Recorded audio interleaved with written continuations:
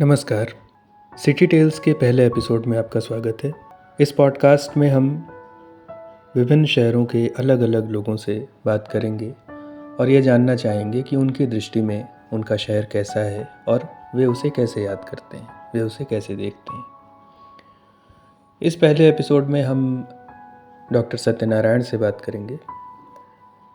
सत्यनारायण जी जयपुर और जोधपुर शहरों के बारे में बता रहे हैं। सत्यनारायण जी हिंदी के अनूठे गद्यकार हैं। उनकी डायरियाँ, संस्मरण, रिपोर्टाज, कहानियाँ और कविताएं भी हिंदी में एक अलग स्थान रखती हैं। हमने उनसे पूछा कि वे जिन शहरों में रहे, उन शहरों की क्या स्मृतियाँ उनके मन में हैं, वे उन्हें अब कैसे देखते हैं। इस पर उन्होंने क्या कहा, आइए सुनते हैं। असल में तो सारे शहर ही मुझे मेरी स्मृतियों में आते हैं, याद भी रहते हैं, लेकिन कई बार मैं लौट कर देखता हूँ तो मुझे लगता है कि उन शहरों की जो मूल गंध थी वो गंध मुझे लुभाती है। वो गंध कई कारणों से होती है। मनुष्य तो अपनी जगह हैं ही, लेकिन हर शहर की अपनी गंध उनके दरख्तों के कारण भी होती है, अपनी इमारतों के कारण होती हैं, उनके रास्ते होते हैं, उनकी नदियाँ होती हैं, तालाब होते हैं। तो शहर की जो गंध है सबसे मिला के गंध होती है, और वो गंध ही होती है कि हमें बार बार उसकी तरफ खींचती है। रही मेरी, जहाँ तक मेरी बात है, मैं गांव में रहा तो मुझे लगता है कि गांव भी मुझे उसी तरह कौंधता है। और जो पुरानी स्मृतियाँ थी बचपन में, उन्हीं स्मृतियों की गंध के कारण मुझे अब इस समय लग रहा है कि मैं फिर गांव लौटूं, और मैं लौट भी गया हूँ, लौट भी जा रहा हूँ। और लेकिन जब मैं पहली बार वहाँ से, गांव से निकल के शहर में पढ़ने के लिए आया एक तरह से, तो मैं चौंका भी था मेरे लिए, क्योंकि गांव का एकदम इस तरह का आदमी, शहर की भव्य इमारतें, पक्की सड़कें, इस तरह की चीज़ें, मतलब सिनेमा हॉल है, मतलब और पढ़ने वाले बच्चे हैं जिनके अलग तरह के कपड़े होते थे, क्योंकि गांव से मैं जो आया वो तो। लेकिन धीरे धीरे ये शहर भी मुझ में समाता गया। ये किस सन की बात है? ये 72-73 की बात है। जब मैं 73 में यहाँ 11वीं करके गांव से आया, तो धीरे धीरे ये मुझे अजनबी लगता था, ऐसे लगता था, लेकिन धीरे धीरे ये शहर मुझ में समाहित होता चला गया। और किस शहर में मैं जयपुर में आया था पढ़ने के लिए, और जयपुर में मैंने जब धीरे धीरे कॉलेज में एडमिशन लिया, फिर यहाँ का मैं पढ़ने धीरे धीरे, लेकिन ये इसका मतलब ये नहीं थी गाँव छूट गया हो, मैं गांव लौटता रहा बार बार। लेकिन कुछ ऐसे कारण होते हैं, कुछ भौतिक कारण थे जिसके कारण लौटना संभव नहीं है, किसी का भी नहीं है एक बार लौट के आता है तो। लेकिन मुझे लगा कि शहर कहीं है जो मुझ में भीतर बस गया है, या इस शहर का मैं भी एक अंग हो गया। तो धीरे धीरे उस गंध को मैं महसूस करने लगा। और मैं आपको बताऊं कि मेरे साथ एक ये भी है, जब मैं यहाँ एक कमरा किराया लिया था पहली बार आते ही, तो फिर वो 2-1 साल रहा। फिर क्या है, धीरे धीरे मुझे लगा कि मुझे पता नहीं क्यों ये शहर, पुराना शहर मुझे अच्छा लुभाता था। मतलब पुराने शहर की अपनी गंध थी, वहाँ की भाषा, वहाँ का पहनावा, राजस्थान के पहनावा में जहाँ तक मैं बात करूँ मुझे बहुत अच्छा लगता है, कपड़े लत्ते, विशेषकर महिलाओं के, और विशेषकर पश्चिम राजस्थान के, उस पर मैं तो मैं इस शहर को, पुराने शहर को जानने के लिए, तो मैं पुरानी बस्ती, एक जगह का नाम है, पूरी बहुत बड़ी कॉलोनी है, और अब तो बाहर नया शहर बस गया। तो मैंने सोचा कि क्यों नहीं कहीं भी रह लो। तो मैंने इस शहर में मैं करीब 20 साल रहा, और मैंने 18 कमरे बदले 20 साल में। मैं हर कमरे में कभी 6 महीने, और किसी ने निकाला नहीं। मकान मालिक ऐसे भी थे कि साहब आप हमारे यहाँ रहिए, किराया आप 150 रुपये देते हो, हम 125 रुपये देंगे, मकान खाली मत करो। लेकिन फिर मैं चल देता था, मतलब पता नहीं शहर को जांचने के लिए। और आपको मैं बताऊं कि शायद, मैं कोई इसमें वैसे नहीं कह रहा हूँ, पूरे शहर को मैंने अपने पाँव पे भी नापा है। और इसका साक्षी हमारा एक प्रसिद्ध कवि विनोद भद्रज है, जिसके साथ पूरे शहर, वो जब भी आता तो मैं कहता यार आज फलानी जगह चलते हैं। तो शहर की केवल मतलब स्मृतियाँ आपका कहीं न कहीं इमारतों के साथ साथ वो जो होती है इतिहास भी आप देखते हैं ना, शहर का अपना एक इतिहास था कि किस तरह से ये बसता हुआ। और मुझे लगता है कि अब तो सारा संसार जानता है कि एक व्यवस्थित शहर है, ये सबसे व्यवस्थित शहर कोई है तो जयपुर है। और आज भी मतलब इसके जो बाज़ार हैं वो लुभाते हैं, लोग देखने के लिए आते हैं। उसके बाद मैं करीब 20 साल बाद जब मेरी नौकरी लगी एक तरह, उसके बीच में छोटी छोटी नौकरी में धौलपुर रहा 6 महीने, लेकिन मैं छोड़ के आ गया। और बार बार, जबकि मेरा इस शहर में कोई कमरा नहीं था किराए का, मैं धर्मशाला में रुकता या हमारे टीचर्स हॉस्टल थे कॉलेज के उसमें रुकता। पता नहीं मैं क्यों आता, मुझे दोस्त भी कहते तेरे लिए मतलब या तो गाँव जाऊँ या जो धौलपुर ही रहूँ, यहाँ क्यों आता, लेकिन कोई तो बात थी तो मैं यहाँ आता था। उसके पीछे मेरी युवावस्था की स्मृतियाँ भी हो सकती हैं, जहाँ मैंने जीवन में एक तरह से जीवन को देखने की आँख पहली बार मैंने यहीं खोली। तो उस आँख जब खोली तो मुझे लगा कि जीवन बहुत खूबसूरत है। और वो खूबसूरती जैसा कि एक युवा अवस्था में जो होनी चाहिए थी, वो स्मृति मेरी इससे जुड़ी हुई है। तो मैं जहाँ जहाँ मतलब उसके साथ घूमता था तो मुझे शहर और प्रिय लगने लगा। और जब प्रिय लगने लगा तो जब वो मतलब मेरी जो स्मृति से जुड़ी हुई मान लो कोई मतलब मित्र थी वो चली गई, तो मुझे लगा कि वो चली गई लेकिन शहर की सड़कों ने उसकी पदचाप सुनी है। तो वो सड़कें तो मेरे साथ हैं, जिन पेड़ों के नीचे हम बैठे थे वो पेड़ तो यहीं हैं, वो तो कहीं नहीं जाएंगे। लेकिन इस बीच ऐसा भी होता है कि अब तो ज़रूरी भी होता है, मुझे न चाहते हुए भी जोधपुर में मेरी नौकरी लगी और मैं जोधपुर गया। जोधपुर गया तो आप आश्चर्य करोगे, मैंने डायरी में लिखा भी है, जब मुझे नौकरी की सुन के, वो भी विश्वविद्यालय की नौकरी को लोग खुश होते हैं, मैं खुश नहीं था। मुझे लगा कि अब मुझे शहर छोड़ना पड़ेगा।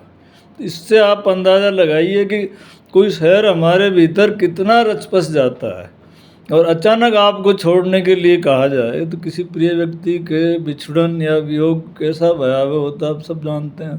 तो ऐसा ही शहर को मैं एक प्रेमिका की तरह या एक दोस्त की तरह ही प्रेम करता हूँ, करना भी चाहिए मुझे लगता है जहाँ हम हैं। तो उसके बाद जोधपुर गया तो पूरी रात मैं रिक्शे में डोलता रहा, रिक्शा किया, घूमता रहा। फिर मैंने डायरी में लिखा भी था, वो छपा भी है किताब में, कि ये सड़कें, ये दरख्त, ये इमारतें, मतलब जो मुझसे रात के अंधेरे में अकेला होता था, मनुष्य अपनी जगह है लेकिन ये भी मुझसे बातें करती थी। अब मैं अनजान जगह, अनजानी सड़कें, अनजानी इमारतें, अनजाने लोग, तो इस तरह से ये शहर मेरे भीतर रच बस गया। और इस शहर की फिर वहाँ गया तो वहाँ मुझे अटपटा लगना ही था। शुरू शुरू में मुझे लगा क्या जोधपुर में, लेकिन धीरे धीरे मुझे लगा कि वहाँ की एक अलग गंध थी, ये महानगर होते हुए शहर की गंध थी। तो वो एक गांव से, कस्बे से शहर में बदलते हुए उसकी गंध थी, जो अपनी पुरानी गंध को लपेटे हुए था। वो रंग है वहीं, वैसे खूबसूरत रंग थे, खूबसूरत खाना पीना, खूबसूरत भाषा। जोधपुर की बहुत अद्भुत भाषा है। पधारो हमारे देश, आप सुनते होंगे, पूरे देश में प्रचलित है। और वो जो है ये जुक्के कल कहना कि पधारो, वो वहीं का तो है ही है। वहाँ की भाषा इतनी मीठी है कि आप चकित भी रह जाएंगे। वहाँ के लोकगीत मुझे, मैं रात रात भर सुनता था। कुट जाए मारो भंवर मिला दीजो, और जो लंगा मांगण यार, अद्भुत लोक है। तो वो लोक के कारण मुझे लगता है कि मुझ में वो भीतर रच बस गया एक तरह से। तो ये जो गंध होती है, मुझे लगता है किसी भी शहर की गंध के अलावा मतलब अपने जो निर्माण का जो सारा का सारा स्ट्रक्चर है, वो अपनी मौलिकता लिए हुए होता है, वो जोधपुर में है। मतलब जयपुर में भी है, लेकिन जयपुर एक सुव्यवस्थित, जैसे आज के मकान का नक्शा बना कर बसाया जाता है, जैसे चंडीगढ़ है। चंडीगढ़ मुझे कभी अच्छा मतलब मैं उसके खिलाफ नहीं, मुझे लगा कि उसमें उस शहर वाला कुछ है कि जो मुझे उसमें मेरे बाहों में लपेट नहीं सकता उसको, मुझे लगा। मतलब उसमें से उसकी अपनी गंध होती है। तो जोधपुर में हर दृष्टि से मौलिक शहर है वो। जो कस्बा, और आज भी इतना बड़ा शहर है राजस्थान का, दूसरा जयपुर के बाद का, लेकिन अपनी उस गंध को नहीं छोड़ा। तो जयपुर में ये है कि उसने उस अपनी गंध को छोड़ दिया। तो लेकिन इसका वो बढ़ते हुए महानगर की अपनी कुछ चीज़ें होती हैं, उन्हें बदलना पड़ता है। तो मुझे लगता है कि अपनी भाषा, अपने पहनावा, अपने लोक गीत, लोक संगीत, इनके कारण भी शहर की पहचान होती है, और वो पहचान उसकी मौलिक होती है।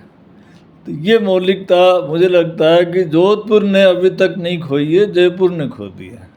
तो इन दोनों में एक अंतर। रही गांव की बात, मैं गांव लौटता हूँ तो गांव में भी जो आपने नाम सुना होगा खेजड़ी, राजस्थान का तो वृक्ष भी है, राज्य वृक्ष है। हमारे यहाँ बहुत खेजड़ी होती थी, खेजड़े के वृक्ष होते थे, अब नहीं है।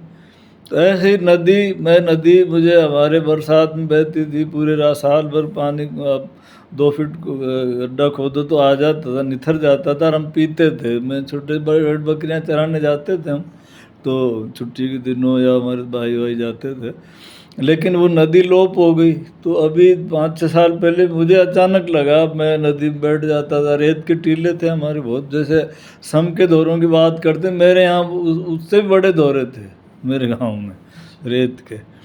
धीरे धीरे वो लोप हो गए।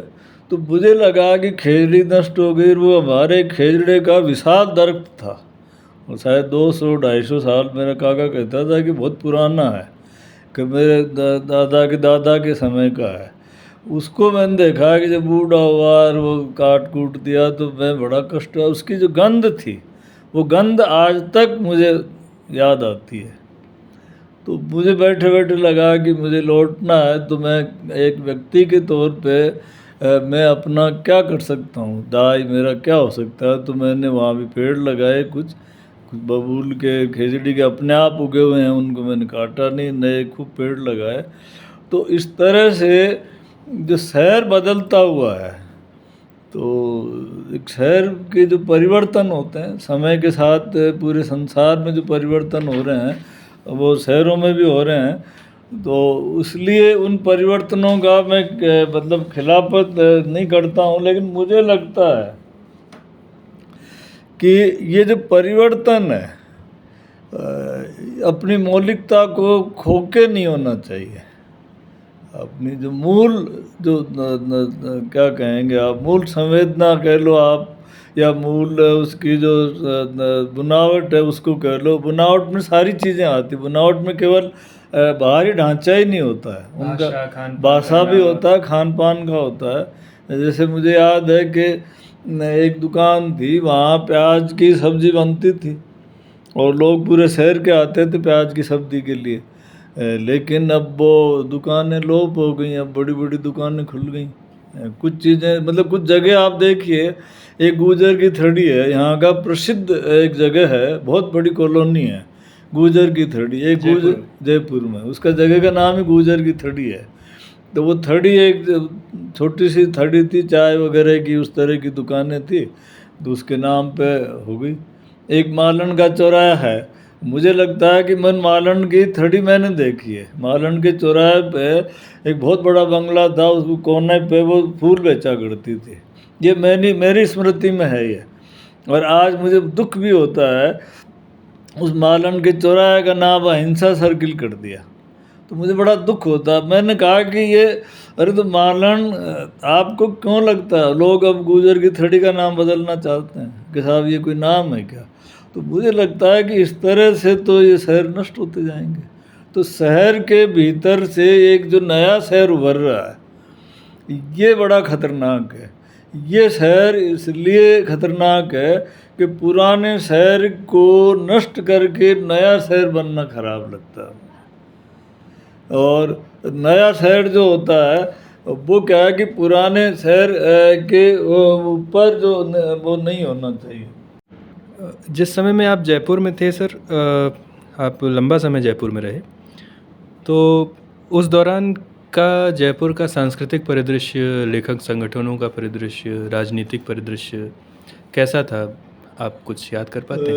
असल में ये अच्छी बात पूछी आपने। मैं आया तब जयपुर मतलब वैसा ही जयपुर था जो किसी ज़माने में जयपुर, जिसके कारण जयपुर की पहचान थी। पहली बात, यहाँ एक लोक नाट्य तमाशा शैली में हुआ करता था और वो तमाशा इतना अद्भुत होता था। तो गोपीचंद जी थे, एक भट्ट गोपीचंद भट्ट, उनका तमाशा देखने के लिए लोग दूर दूर से आते थे।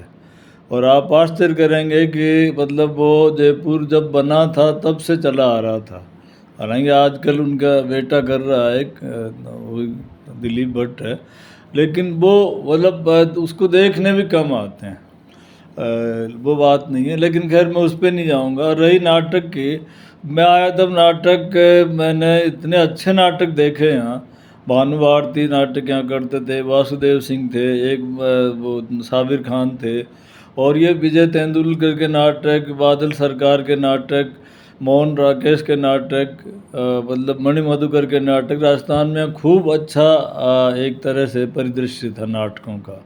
और साहित्य आपको ये आश्चर्य होगा, मुझे कहने में ये गर्व भी है कि जो जयपुर में इतने बड़े साहित्यकार, प्रगतिशील लेखक संघ के माध्यम से मैंने उनको देखा, उनको सुना, उनसे मैंने प्रेरणा ली, जिसमें नागार्जुन है, केदारनाथ अग्रवाल है, नामवट सिंह तो आते ही थे, कमलेश्वर है, मोहन राकेश है, कृष्णा सोबती है, निर्मल वर्मा है, अज्ञे वगैरह तो यहाँ एक एक सप्ताह रहे थे यूनिवर्सिटी में।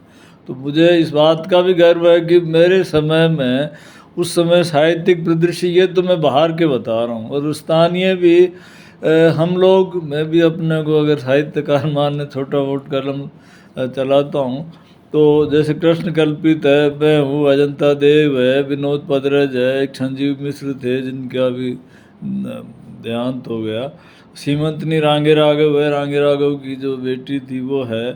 तो ये सारा का सारा एक ऐसी पीढ़ी थी उस समय, युवा थे, लेकिन एक लगातार सक्रिय थे।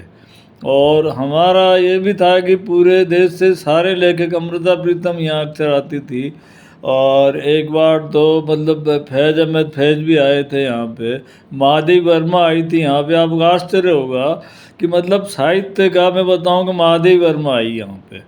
तो उस समय मुख्यमंत्री जगन्नाथ पहाड़िया हुआ करते थे, तो महादेवी वर्मा थी, हम सुनने गए थे, मैं भी था, हम सारे साथी थे यहाँ के युवा साथी। तो पहाड़िया ने तब ये कहा था, मैं वहीं, हम लोग थे, तो पहाड़िया जी ने ये कहा था कि महादेवी जी मुझे तब भी समझ में नहीं आती थी, आज भी नहीं आती है। तो मैं खड़ा हुआ था उस समय, सबसे पहले विरोध मैंने किया, पहाड़िया जी आप क्या कह रहे हैं, यदि नहीं समझ में आती है तो आपको यहाँ आना ही नहीं चाहिए था। तो मेरे साथ साथ कल्पित खड़े हुए थे विरोध में, विनोद पदरज हुए थे, और हम 3-4 ही थे, हालांकि हमें पुलिस वालों ने बिठा दिया है, जो भी किया। और आप ये देखिए कि ये आवाज़ ही थी वहाँ की, फिर दूसरे दिन अखबारों में आनी थी वो तो खैर। तो ये आवाज़ यहाँ से विरोध की उठी, प्रतिरोध की, कि उनको मुख्यमंत्री पद से इस्तीफा देना पड़ा, इंदिरा गांधी नाराज़ हुई, दिया है। इससे आप अंदाज़ा लगाइए कि एक साहित्य का कैसा माहौल था। तो यहाँ जैसे तारा प्रकाश जी बहुत अच्छे गीतकार थे, विश्वनाथ उपाध्याय थे, इस तरह के मुकुंद लाट थे, यशदेव शल्य जो विचार के रूप से बड़े एक यहाँ मतलब वो,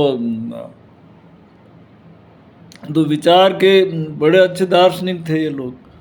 तो इस तरह से ये साहित्य का ये परिदृश्य था। पत्रकारिता की मैं जहाँ तक बात करूँ, पत्रकारिता के दृष्टि से भी यहाँ बड़े अच्छे पत्रकारिता का ही कारण है कि महादेवी वर्मा का विरोध हुआ, वरना तो पत्रकार नहीं होते इतना थोड़ी हो पाता। और पत्रकारिता और राजनीति का ऐसा माहौल था कि यहाँ इंडियन कॉफ़ी हाउस है, जो मेरा जन्म है उसी समय ये बना था, 1955 के आसपास, तो अभी भी है वो। यहाँ राजनेता भी आते थे, भैरव सिंह शेखावत अक्सर आते थे यहाँ। और राजनेता मतलब नाम मैं इसलिए नहीं ले रहा हूँ कि और छोटे, लेकिन बड़े जैसे भैरव सिंह शेखावत है, कुंभाराम आर्य आते थे, ये मैंने देखे। हम पत्रकारों के साथ घुल मिल बैठे रहते थे। मैं जर्नलिज्म भी करता था, और जर्नलिज्म में भी हमारे यहाँ राइटर की जगह भी कॉफ़ी हाउस थी। राइटर। आप भी आश्चर्य करेंगे, गिरीश कर्नाड को पहली बार मैंने यहाँ कॉफ़ी हाउस में देखा, रघुवीर साय से पहली बार मैं यहाँ मिला, कुमार विकल से मैं यहाँ मिला इसी कॉफ़ी हाउस में। और ये जो और राइटर मतलब ये क्या नाम है अपने एम.एफ. हुसैन, हम बैठे हुए थे, सुबह की बात है, एम.एफ. हुसैन उन दिनों राज्यसभा के सदस्य हुआ करते थे। सुबह सुबह हम 4-5 लोग बैठे थे। मेरा तो ये देख लो कि कोई एड्रेस ही नहीं था, मेरा पता होता था care of Indian coffee house. मैं सुबह चला जाता, रहने की जगह नहीं थी, मैं तो कहीं ये यहाँ के शमशान भी ऐसे थे जहाँ आप रात को रह सकते हैं, मैं शमशान में कोई रहने को नहीं, वो एक अलग किस्सा है। तो शहर ऐसा शहर था, सबको गले लगाने वाला शहर। तो एम.एफ. हुसैन भी यहाँ सुबह सुबह एक बार आए तो हमने देखा कि बाहर एक चेहरा जानती थी, इतनी बार फोटो देखा और पाँव में चप्पल नहीं, किसी ने कहा हुसैन साहब है, तो हम सब खड़े हो गए, कैमरा लटकाए हुए थे। फिर आए तो बैठी कि नहीं आप बैठने के पहले आप सबकी फ़ोटो खींचूँगा। फिर हमारी फ़ोटो खींची उन्होंने, और फिर वो लोग ऐसा है, वो किसी राज्यसभा के थे तो अच्छी जगह ठहरे, तो मैं जिस होटल में ठहरा उन्होंने कहा कि नहीं मुझे तो कॉफ़ी हाउस जाना है जहाँ राइटर बैठते हो।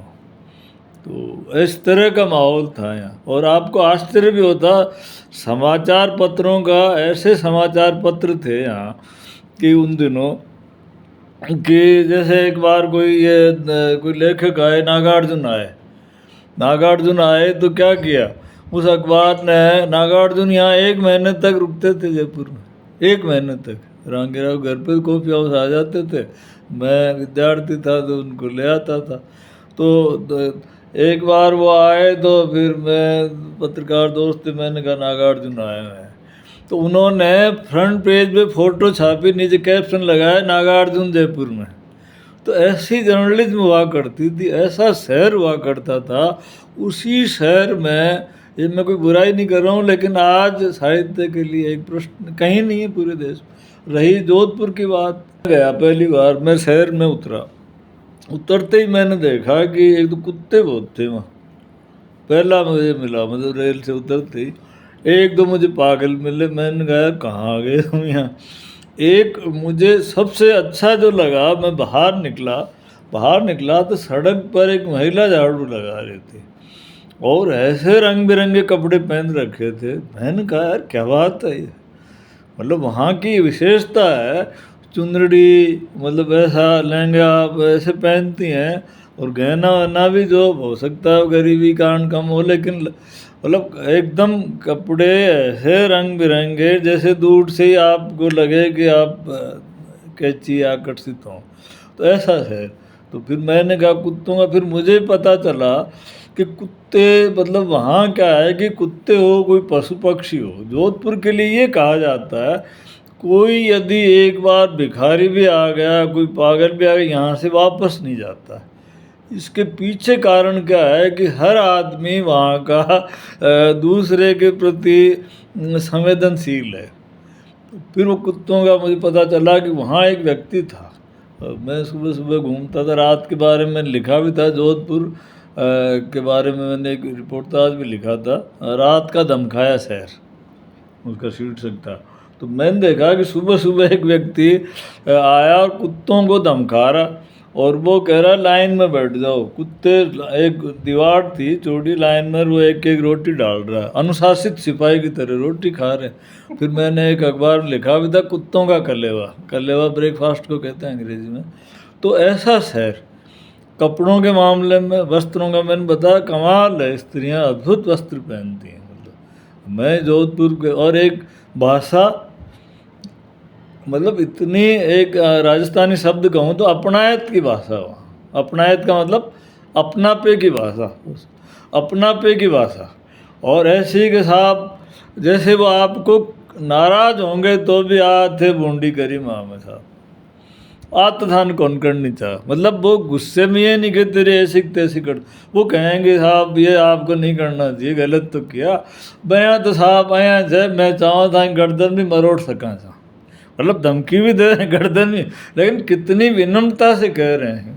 पण मैं देखा ला मौका और छोड़ा तो कौन ला, पढ़ते बूंदी करी, मतलब आपने अच्छा नहीं किया। मतलब ऐसी भाषा कि आप लाठी भी मार रहे हैं, प्रेम से मार रहे हैं, मतलब तलवार भी चला रहे हैं, साहब गर्दन तो काटनी पड़ेगी, आप गलत काम कर रहे हो।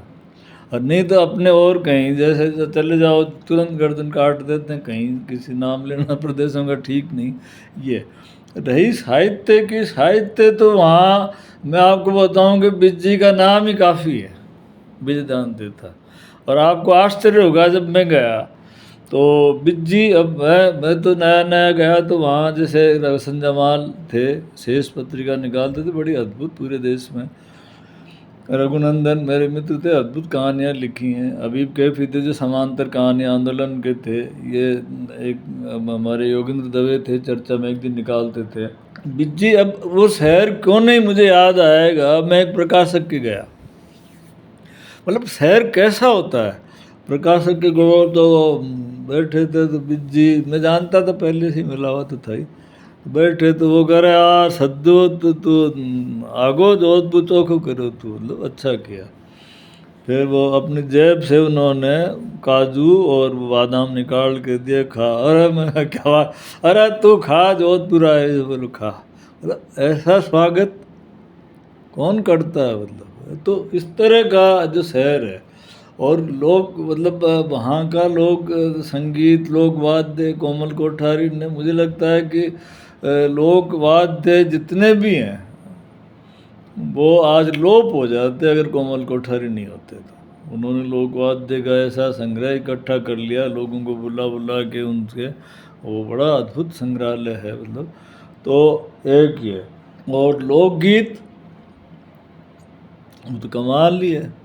घूमर का तो आपने सुना ही होगा, घूमर की जो प्रसिद्ध गीत है, और कुड़जा जो मेरा प्रसिद्ध गीत है, ये सारे उस इलाके के ही हैं। मतलब आप ऐसा कर सकते हैं कि पूरी बस्ती हो जो लोक कलाकारों की बस्ती हो। ऐसा जयपुर में भी है, कठपुतली कॉलोनी है एक, जहाँ कठपुतली बनाते हैं, जयपुर में भी ऐसा है। अच्छा। हाँ, हालांकि वो बेचारे दरिद्र हैं आज भी, उनकी कठपुतलियाँ होटलों में ले जाते हैं महंगी। तो इस तरह से। और रही राजनीति की, तो राजनीति का तो अब सब जगह एक सही हो गया अब तो, लेकिन तब भी ऐसे थे कि जयपुर का राजनीति का किस्सा बताऊं, यहाँ एक एमएलए हुआ करते थे, वो स्कूटर पे डोलते रहते थे। वो क्या करते थे, वो क्या करते, कोई अवे मर गया, कोई लावारिस है, कुछ नहीं तो वो जो होते हैं ना उनकी अस्थियाँ वो एमएलए का टिकट तो लगता नहीं है, बस में फ्री होता है राजस्थान में, तो वो अपनी अस्थियाँ 1 महीने में अस्थियाँ ले जाके हरिद्वार में डालाते थे। यही काम करते थे वो, इसीलिए जीतते थे। वो कभी कार में ही नहीं चले, जिनकी कोई गरीब है नहीं ले जा सकता, या कोई वो लावारिस है, कोई ऐसे मर गया उनके, तो ऐसे एमएलए। और उसको एमएलए को बड़े बड़े उसके सामने खड़े रहे, यहाँ का महाराजा, ये क्या नाम थे, मान सिंह जी, मान सिंह जी थे, हाँ, ये खड़े हुए, इनको हरा दिया उन्होंने एक स्कूटर से। मतलब आप ये भला देखिए कि एक सामान्य आदमी ने एक स्कूटर, लैम्ब्रेटा स्कूटर था, मुझे अभी भी याद है। और वो जमाना कैसा शहर, आज प्रेमी कहाँ है, ये आप क्या होती है वो क्या किलिंग करते हैं ना, माँ बाप कर देते हैं, ऑनर किलिंग। वो क्या करते थे कि विवाहित थे लेकिन अपनी प्रेमिका थी एक, उनका नाम भी याद है मुझे, उजला अरोड़ा, और वो नाम व्यक्ति थे गिरधारी लाल भार्गव। तो वो उजला अरोड़ा को साथ स्कूटर पे लिए डोलते थे, और हर महीने कवि गोष्ठी कराते थे, कवि गोष्ठी कराते थे। हालांकि मैं इसलिए नहीं जाता था, मैं आइडियोलॉजिकल में उनके थोड़ा बीजेपी उस तरह के थे, नाम लेने में मुझे कोई एतराज़ नहीं है, तो हम लोग नहीं जाते थे, वो अलग बात है। और यहाँ आपको बताऊं कि अब जो एक कमलाकर हुआ करते थे, ये पद्माकर के वंशज थे वो। अच्छा अच्छा। वो कुछ गोष्ठियाँ करते थे। गुलेरी जी का जो कॉलेज, चंद्रदत्त शर्मा गुलेरी यहाँ पढ़ाते थे, आपको बताऊँ, तो उनके कॉलेज में गोष्ठियाँ मैं जाता था कई बार। मैं तो इसलिए जाता था, मैंने गुलेरी जी यहाँ पढ़ाते थे, मतलब मेरे तो और क्या। बिहारी की छतरी, वो छतरी का सॉरी हवेली अभी भी है, हालांकि अब तो सरकार ध्यान नहीं देती है, आज के 40 साल पहले तक संरक्षित थी वो। तो जोधपुर में भी ठीक ऐसा ही माहौल था। मैंने जोधपुर में क्यों, मैं अब आपको ठेठ गांव ले चलता हूँ। गांव में मेरे यहाँ क्या है कि खेत वेत होते थे, आजकल तो रासायनिक खाद थे हो गए, पहले नहीं थे। तो हमारे पूरे जहाँ दूसरे इलाके से भेड़ बकरियाँ आती थी, वो वहाँ होते हुए मालवा जाती थी गर्मियों के दिनों में। हमारे यहाँ जो पशुपालक थे ना, वो मालवा अपने पशुओं को लेके जाते थे पैदल पे, मतलब पैदल ही होते हैं पशु तो कोई रेल। तो वो जगह जगह खेतों में रुकवाते थे उनको। तो जहाँ खेत में रुकवा रहे हैं तो जो खेत का मालिक होता था उनको खाना खिलाता था, खूब खीर पूड़ी या जो भी हलवा हलवा होता। और वो इसलिए कि उस खेत में जो बकरियां बैठेंगी तो खाद हो जाएगी, पेशाब कीर मींगनियाँ अच्छा जिनको अच्छा। कहते हैं। तो मेरे हमारे खेतों में खाद, अब मैं लोक पे आता हूँ, गीत साहित्य पे आ रहा हूँ। तो वो बैठती थी तो रात भर उनको गाना, रात जागना पड़ता था। तो क्या करते थे जागना, इसलिए कि पशु वो भेड़िए वगैरह है ना, पशुओं को खा जाए, हिंसक जानवर भी तो होते हैं, जरा के भेड़िए है, जागना पड़ता था। तो वो क्योंकि उनके बाड़ा तो होता नहीं, वो तो खुले खेत में बैठ। तो क्या करते थे कि लोक कलाकार गीत सुनाते थे ताकि नींद ना आए। तो हमारे एक चोखला खटीक था, मैंने अभी मेरी इच्छा है, आपने कहा मैं लिखूंगा। तो वो उनको बुलाते थे, वो रात भर कथा कहते थे, 4-5 दिन बैठते, ज़्यादा नहीं बैठते थे वो। फिर आगे एक गांव चले जाए 10 किलोमीटर, फिर ऐसे 10-15 किलोमीटर। तो वो जो कथा सुनाता था, कमाल कथा। कथा अगले दिन, भाई आज की बात अब तीर ठेठ काल सुन जाओ, अब 4 बजेगा दिन उगवाड़ो शहर, न सोया वे सो जाओ और सोगा वे जाग जाओ। मतलब अब नहीं सोए वो तो सो जाओ, और सो गए वो जाग जाओ, और मैं चालो। अरे यार, मैं चल दिया, वो चल दिया मतलब वो फिर कहा कि मैं भी अब जाके सोऊंगा। तो ऐसी कथाएं, ऐसे लोकगीत रात भर गाए जाते थे। बगड़ावत गाथा है, मैं आपको बताऊं कि बगड़ावत राजस्थान की सबसे बड़ी लोक महागाथा है। भगड़ावत। हाँ, जो चित्र लिखित है, जिस पे मैंने काम भी किया, तो वो चित्रों पे वह कपड़े मंडी रहती है, और एक भोपा होता है, वो गाते हैं उसको। तो बगड़ावत गाते थे, और कमाल है, श्रुति परंपरा में, कोई लिखित नहीं। और वो कैसे गाते थे मैं आपको बताऊं कि उनकी जो, मतलब आज का साहित्यकार उपमा नहीं दे सकता, ऐसी उपमा देते थे। मुझे याद नहीं है, जैसे एक दो है कि वो 24 बगड़ावत भाई थे, वो कथा तो मैं नहीं सुनाऊंगा। 24 बगड़ावत भाई थे, और उनको एक भाई को एक राजा की लड़की ने प्रेम किया, और फिर वो कह मैं तो इससे शादी करूंगी। तो 24 ने कहा यार हम तो पशुपालक हैं, राजा के क्या लेना। वो कहे कि मैं करूँगी तुमसे। और वो राजा के, वो उसके पिता ने भेजा तो उसने मना कर दिया। और उसने कहा कि पशुपालक थे, एक सवाई भोज, कहा कि मुझे 6 महीने में आके ले जाना, और मैंने तो तेरी तलवार के संग फेरे खा लिए। वो 24 भाइयों ने कहा यार हम क्या करें, हम तो फिर उन राजा के पास गए कि साहब हमारे तो, हम तो पशुपालक हैं, ये आप संभालो, आप सगाई हुई। फिर उसने, वो तो नारी, आप, मैं कह रहा हूँ नारी आज की जो लेके कहा यार ये करते हैं, तो उस रूप में भी थी वो नारी, उस बड़ी कितनी सशक्त नारी थी। उसने क्या किया, राजा के बारात जाने के पहले ही उसके तलवार से फेरे खाए, कहा कि मैं 6 महीने तक दूर रहूंगी राजा से, तुम मुझे आके ले जाना। भाइयों ने कहा क्या करें, सब ने मना किया। तब कहा कि मरना तो है ही, अब क्या करें, प्रेम करे उसको लाना पड़ेगा, मरना बोलता है। उनकी पत्नियों ने कहा वो कभी, तो वो क्या कि उसमें एक साडू है, उसकी जो सवाई भोज, वो पहले से विवाहित, वो कहती कि ऐसी क्या सुंदर है।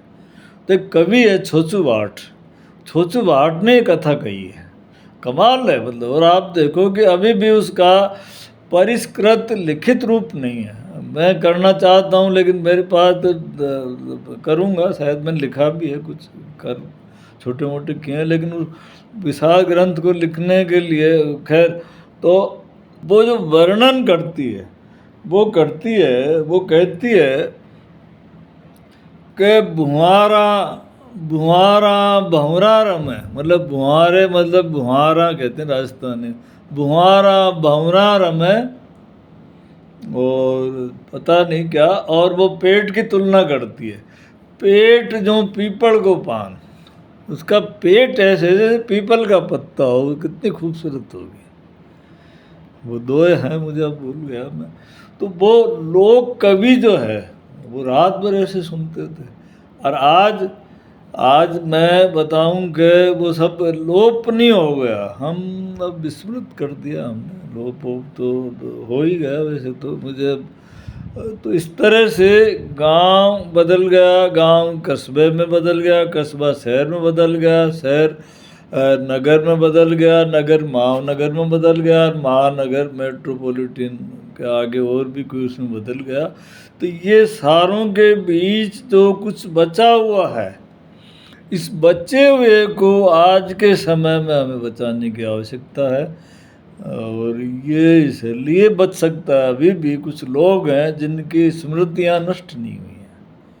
उन स्मृतियाँ जो नष्ट नहीं हुई उनको हम क्या कर सकते हैं? हम मौखिक इतिहास जिनके पास है, लिखित इतिहास नहीं बचाता है कभी, मौखिक इतिहास जिनके पास है, अभी भी वो लोग हैं जिनके पास मौखिक इतिहास है। उस मौखिक इतिहास को जब तक लिखित रूप में हम नहीं करेंगे शामिल, तब तक हम हमारी विरासत को नहीं बचा सकते। 80 के जयपुर और 80-90 के जोधपुर और आज तक के जोधपुर में या आज के जयपुर में क्या अंतर देखते हैं? कि क्या वो चीज़ थी जो बदल गई? मतलब ऐसी वो फंडामेंटल चेंज क्या था कि, या फिर कुछ नहीं भी बदला तो वो भी बताइए, या जो बदल गया फंडामेंटली क्या बदला? आदमी बदल गया, समय बदला, उसकी वजह से आदमी बदल गया, वो क्या था जो बदला? असल में मुझे लगता है जयपुर में तो पूरा ही बदल गया। जयपुर का अपना जो लोक रंग था वो नष्ट हो गया। एक तो वो इसलिए हो गया कि जयपुर मूल जो था वो कहीं दिखाई नहीं देता, और बाहर जो आया महानगरीय जो और जितनी भी छायाएं, जितना भी आवरण था, उसने उस मौलिक शहर को ढक लिया। अभी बचा हुआ कुछ है इस शहर में, जो पुराना शहर है उसमें अभी भी वो कुछ रंग है, कुछ गंध है, कुछ लोक है, वो अभी बचा हुआ है। सिर्फ इसलिए कि पुराने शहर में केवल, क्योंकि पुराना शहर तो सिमट गया और वो सिकुड़ गया एक तरह से। कुछ जगहों के नाम बताइए पुराने शहर। जैसे गणगौरी बाजार है, जैसे ब्रह्मपुरी है, जैसे पुरानी बस्ती है, और जैसे ये ताल कटोरा है, इसके पीछे की बस्ती है, और एक चार दरवाज़ा है, दावाई जी का खुर्रा है। ये जो पुराना शहर है, अच्छी बात क्या है कि अभी भी उनका खान पान, जैसे मैं एक उदाहरण देता हूँ, मेरी बहन रहती है पुराने शहर में, तो अभी भी उनके, हमारे यहाँ जीमण कहते हैं मतलब जयपुर में, तो अभी भी जीमण होता है, वो पत्तल धोने का होता है, मुझे अच्छा ही लगता है। अभी भी मेरी बहन के परिवार में करीब 35-36 लोग हैं, एक जगह खाना बनता है, और ये कब तक बचेगा मुझे नहीं पता। लेकिन सारे के सारे घर में जाने के बाद राजस्थानी बोल रहे थे, भाया कद आयो, कहीं करो, और कौन है वहाँ एक इनकम टैक्स कमिश्नर भी है, और एक चपरासी भी है उस परिवार में, एक बाबू भी है, 2-3 ड्राइवर भी हैं। लेकिन अब वो जो महिला है, मतलब मैं महिलाओं को इसलिए योगदान देता हूँ, योगदान का मतलब वो उनके पति की डेथ हो गई, वो सबसे बुजुर्ग है 90 साल की, तो उसने कहा कि मैं जीवित हूँ तब तक तो एक रहो। हो सकता है उसके कारण हो, या उसने कुछ ऐसी घटत घड़ी। एक तो ये अभी बचा हुआ पुराने शहर, भाषा विशेष रूप से कहूँगा, और जयपुर की भाषा पुराने शहर में जो नाम लिए है ना वहीं बची है। भाया जी कहीं कर रहा जो, कोट जा रहा जो, आज गाल तो दिखो ही को न। अच्छा पिंड रेबाला का जोधपुर गया थे, तो ये भाषा अभी तक बहुत बची हुई है। एक तो ये जोधपुर में इसका उलट है, जोधपुर में 90% बची हुई है। वो कि वो 90% भाषा अभी भी घर में बची हुई है। यहाँ 90% लोप हो गई, वहाँ 10% लोप हुई, दोनों शहरों में यार। तीसरा मैं उदयपुर की तरफ जाता हूँ, आपको मार मेवाड़, वो तो और ही कमाल है। मैं कह रहा हूँ कि साहब उदयपुर भी मेरी मतलब बांधी मेरे रिलेशन में, मैं जाता रहता हूँ, और उदयपुर मेरे प्रिय शहरों में भी है वो, मैं काफ़ी रहा हूँ, हल्दी घाटी वगैरह। वहाँ क्या है कि अभी भी वो ही भोलापन, वो ही गीत संगीत, लेकिन धीरे धीरे पर्यटकों के कारण नष्ट हो रहा है, इसमें दो राय नहीं है। जोधपुर में भाषा बची हुई है, आपके ये जो परिधान बचे हुए हैं। वहाँ क्या है कि मेरी एक स्टूडेंट आपको बताऊँ, बड़ी खूबसूरत स्त्री, खूबसूरत ही होती है स्त्री, कभी बदसूरत होती ही नहीं है, लेकिन वो प्रोफेसर है, घाघरा लुगड़ी पहन के जाती है, कमाल है। मतलब मुझे कई बार लगता कि सर, मैं कई बार मैंने गा रहा है किरण दूध चौकी लाके, सर मैं तो मुझे भी यही अच्छा लगता है, यही पहन के जाते। बाहर जीन्स भी पहनती है, वो करती है, लेकिन शहर में ज़्यादातर मतलब 90% वो साहित्यिक समारोह होंगे, कुछ होंगे, वो वैसे ही कपड़े पहन। तो परिधान भी अभी बचे हुए हैं। खाने पीने का वहाँ का मिर्ची वड़ा तो कहते हैं विश्व प्रसिद्ध है, आप भी कभी जाओ तो मिर्ची वड़ा जरूर खाना। और निश्चित रूप से वहाँ एक अभी ये जब 2-3 दिन पहले बाढ़ आई थी, तो मैं न्यूज़ पढ़ रहा था, तो 3 दिन में लोग 36 लाख रुपए की मिर्ची वड़े खा गए। जोधपुर ने अपनी मौलिक पहचान को बचा रखा है, अभी गीत में बचा रखा। हाँ, कुछ चीज़ें नष्ट भी हो गई, जैसे वहाँ गीत, अरे शादी ब्याह में वहाँ एक ढोल थाली बजता था, मैंने उसकी रिकॉर्ड रख रखी है, और ढोल थाली, मैं अकेले रात को ढोल थाली सुनता था। कमाल जो म्यूजिक है, कमाल म्यूजिक है।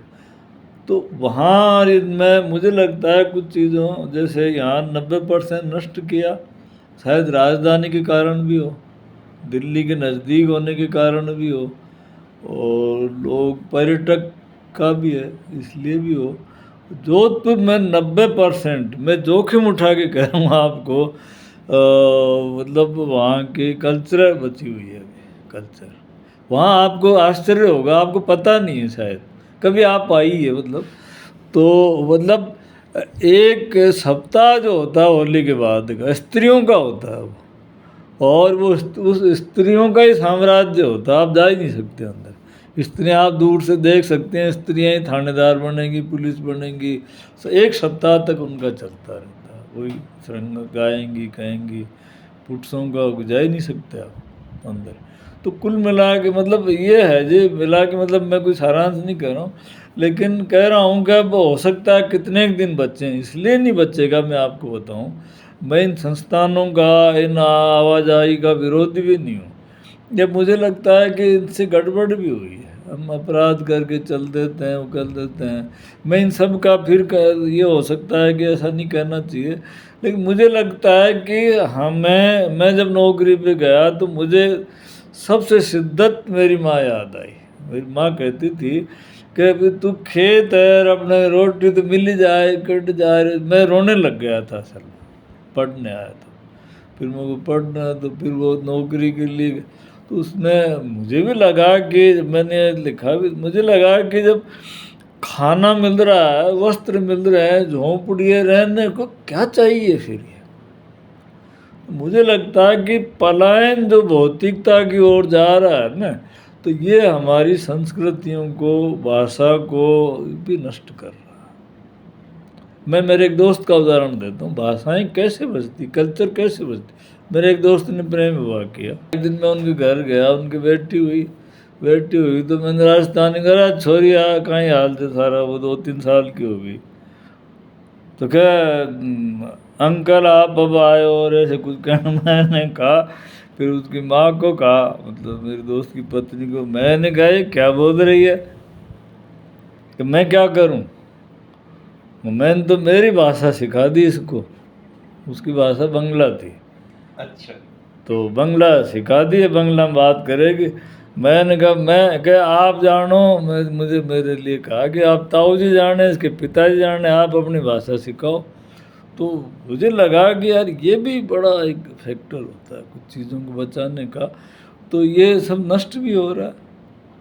हम जानने वाने का मैंने अभी कहा ना, मैं क्यों गया कमाना खाना, चलो पैसा भी, लेकिन हम जा रहे हैं तो हमारी भाषा, हमारी संस्कृत, हमारा उसको तो बचाए रखें ना, परिवार में, बाहर में, जहाँ भी हो। मान लो कोई दूसरा प्रेम विवाह के आ रही है तरह, तो उसको सिखाओ आप। तो कुल मिला के ये है कि ये जो परिवर्तन हो रहा है, ये परिवर्तन जो है तब तक खतरनाक है जब तक हम हमारी मौलिकता को भाषा में, हमारे कपड़ों में, परिधान में, हमारे खान पान में। अब मुझे लगता है कहीं चले जाओ एक सी चीज़ें नहीं, मौलिक बचा रहना चाहिए तो बच सकता है। और कॉरपोरेट कल्चर, पूंजीपति जो आ रहे हैं ना, वो आपको दाल बाटी कैसी, अरे दाल बाटी जो हम घर पे बनाते वो नहीं बना सकते, वो भी कोई दिक्कत नहीं है। मैं तो कह रहा हूँ सेब भी अच्छी बनाते होंगे, इसमें कोई ऐतराज़ नहीं है मुझे। लेकिन मुझे ये है कि जो मौलिकता वो नष्ट नहीं होनी चाहिए, ये है। और मौलिकता वो कोई उपदेश नहीं, मतलब मैं कहना ये चाहता हूँ कि शहरों में, शहर के भीतर जो शहर उभर रहे हैं, गांव के भीतर जो गांव उभर रहे हैं, कस्बे के भीतर जो कस्बा उभर रहा है, वो अपनी मौलिकता को साथ आगे बढ़े तो हम सब, ये सब सारे आगे हो सकते हैं। और ये सब जो बचाए हुए हैं ना, अभी जो बचाए हुए कुछ शहर हैं, राजस्थान की अच्छी बात है, बीकानेर उस मौलिक गंध को बचाए हुए है, उदयपुर बचाए हुए है, जोधपुर बचाए हुए है, जैसलमेर नहीं है, जैसलमेर में नहीं है, बस पर्यटन के कारण हो चुका है वो। अच्छा। जयपुर हो चुका है। मौलिक कभी देखना हो ना, ठेठ मौलिक, अभी मुझे याद आया बीकानेर, बीकानेर वैसा ही है भाषा। शहर बचता है, मैंने कहा ना, अपने साहित्य, संस्कृति, कला, भाषा, परिधान, खान पान, इनके कारण बचता है। और जब पर्यटन के अनुसार आप कुछ अपने को डालते हैं, बाजरे का पिज्ज़ा बनाएंगे तो यार मुझे बुरा लगता है। बाजरे की तो यार हमारे यहाँ की वो मतलब बाजरे का तो सोगरा कहते हैं जोधपुर में, सोगरा ही अच्छा लगता है, पिज्ज़ा नहीं। अब आपको आश्चर्य होगा कि मैं अभी गया तो एक दिन मैं नमकीन लेने गया तो साहब बाजरे की नमकीन आ गई, मुझे अच्छा नहीं लगा। मैंने कहा यार नहीं, मैंने खाया, मुझे वो नमकीन अच्छी, मैंने कहा नहीं, बाजरे का नवाचार होना चाहिए लेकिन मौलिकता के साथ होना चाहिए। बाजरे का पिज्ज़ा नहीं, बाजरे का सोगरे को आप प्रचारित क्यों नहीं करते हैं? तो ये शहर कुछ जो है, बीकानेर है, जोधपुर है, उदयपुर है, ये बचाए हुए हैं। अजमेर में भी वो चीज़ें नहीं है, अजमेर में भी नष्ट नहीं, अजमेर नष्ट हो। और जोधपुर है, जयपुर में तो है ही नहीं। जयपुर में तो पुराने शहर जो है वो बचा हुआ है, मेरे अपने गांव में नष्ट हो चुका है। गांव में, इसीलिए मैं गांव में वापस जा रहा हूँ, और जा रहा हूँ कि वहीं रहता हूँ ज़्यादातर। और ये सारे पेड़ वेड़ लगा के सब आश्चर्य करते हैं। वो मुझे, मेरा सगा भाई कहता है कि या तो इसका दिमाग ख़राब हो गया, यहाँ क्या करने आया ये पेड़ लगा रहा और यहाँ बैठा रहता, किताब पढ़ता। किताब नहीं, उन्होंने मुझे अपमानजनक ढंग से कहा कि तेरे साथ के तो करोड़ों कमा लिए क्या। मैंने कहा वो क्या करते हैं? मैंने कहा आप, मैंने कहा उनको जाके पूछो कि सुखी हैं क्या वो। सुख, मैंने कहा कि चीज़ों में नहीं है सुख, अपनी संस्कृति में। संस्कृति का मतलब ये नहीं है रूढ़, अपने दरख्त। मैंने कहा मुझे पेड़ की छाया अच्छी है। आपको आश्चर्य होता है कि हमारे, मैं जिस समाज से हूँ, हमारे नीम का पेड़ नहीं तोड़ सकते थे कभी, डाली पत्ता भी नहीं तोड़ सकते, अगर डाली गिर गई तो उसको जला नहीं सकते थे, अब काटते हैं, जलाने लग गए। ये नष्ट हुआ, गांव में भी हो गया है। गांव में भाषा बदल गई है, मेरे घर पे मतलब मेरी भतीजी होती जब आज आज यहाँ हिंदी बोल रहे थे, मैं राजस्थानी बोल रहा था, अरे मगर तू काल आ जा जे। वो हिंदी बात कर रहा था, दादाजी कहीं बोला, मैंने कहा, कल काल व्हाट्स में टाइम करना कोई बात का। वो हिंदी में कर रहा था, मैं राजस्थानी बोल रहा था। तो भाषा भी बचाना जरूरी है, मुझे लगता है।